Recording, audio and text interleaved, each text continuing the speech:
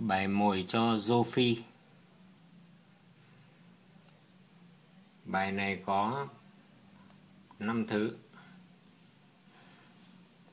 Thứ nhất là mắm tép chua. Cái thứ tép con ấy, mắm chua bán sẵn ở siêu thị.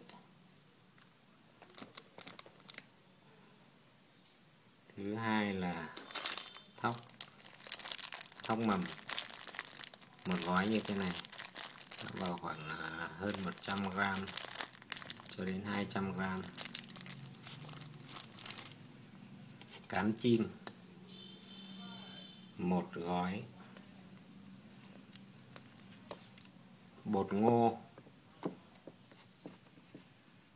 ta có khoảng độ 1kg bột ngô.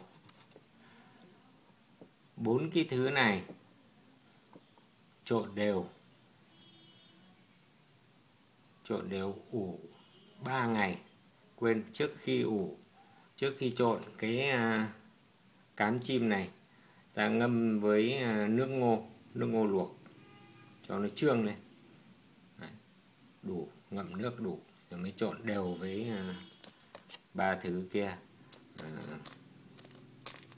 thóc, mầm, mắm tép chua và bột ngô.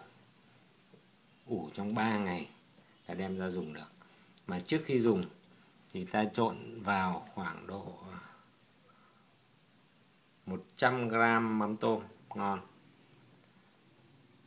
là xả xuống đánh rô phi ngon lành.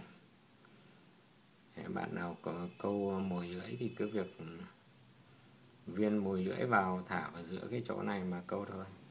Mà cái này câu chạm tốt. Bài câu rô phi đơn giản.